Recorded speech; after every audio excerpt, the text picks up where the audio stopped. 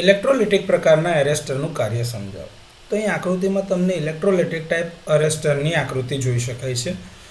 સામાન્ય operating voltage હેઠળ આ ઇલેક્ટ્રોલાઇટના ઉચ્ચ પ્રતિકાર એટલે કે હાઈ રેઝિસ્ટન્સના કારણે એરેસ્ટર બિનવાહક સ્થિતિમાં એટલે કે નોન કન્ડક્ટિંગ સ્ટેટમાં રહે છે.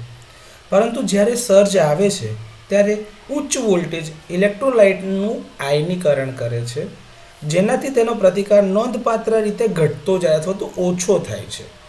એલ્યુમિનિયમ હાઇડ્રોક્સાઇડની ફિલ્મ ઓવર વોલ્ટેજ ઉપર પંક્ચર થાય છે કે જે તમારા આ કંડક્ટરની ઉપર લાગેલી હતી અને ઓછા અવરોધવાળો માર્ગ ઉપલબ્ધ કરે છે એટલે કે અવેલેબલ થાય છે. આ સર્જની ઉર્જાને સુરક્ષિત રીતે જમીન પર એટલે કે અર્થ કરવામાં આવે છે અથવા તો જમીન પર છોડવા દે છે.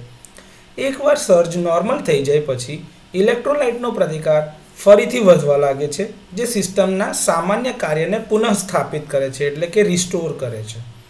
આ ફિલ્મને પંક્ચર કરવા માટે એક મહત્વપૂર્ણ વોલ્ટેજ જરૂરી હોય છે, જેને આપણે ક્રિટિકલ વોલ્ટેજ કહીએ છીએ. આમાં કેટલાક કોષને એકબીજાની ઉપર સ્ટેક કરવામાં જો તમને જોઈ શકાતા હશે, એકની ઉપર બીજો, બીજાની ઉપર ત્રીજો, એવી રીતે મુકાતું જાય છે.